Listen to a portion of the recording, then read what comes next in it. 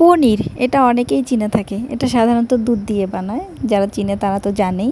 তো hello everyone, আসসালামু আলাইকুম। কেমন আছেন সবাই? আশা করি সবাই ভালো আছেন। আমিও ভালো আছি আলহামদুলিল্লাহ। আজকে রান্না করব পনির। পনির এটা আমি আগেই বানিয়ে রেখেছিলাম আগের দিন। পরের দিন হচ্ছে স্লাইস করে কেটে জাস্ট হলুদ আর লবণ মেখে ফ্রাই প্যানে এগুলো ভেজে নিতে হবে। এটার মূল টিউটোরিয়ালই হলো রান্নার আগে এটা মূলত ভেজে নিতে হয়, নাহলে কাঁচা কাঁচা রান্না করা যাবে না।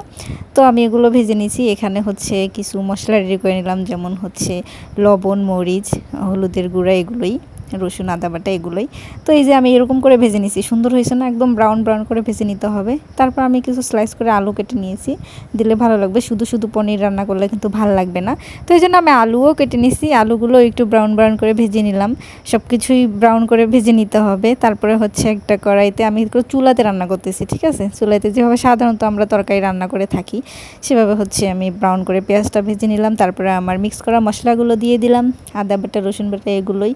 তারপরে কিছুক্ষণ কষাই নেওয়ার পরে আমি পনিরগুলো দিয়ে দিলাম, দিয়ে কষাই নিব এটা। আর অনেকেই পনির হয়তো খায় নাই কখনো, বা অনেকেই চিনে না। আমি আগে কখনো খাইনি, কারণ আমার দেখা যাচ্ছে মা কখনো ওইভাবে রান্না করে নাই। আমি এটা জাস্ট ভিডিও দেখে শিখছিলাম।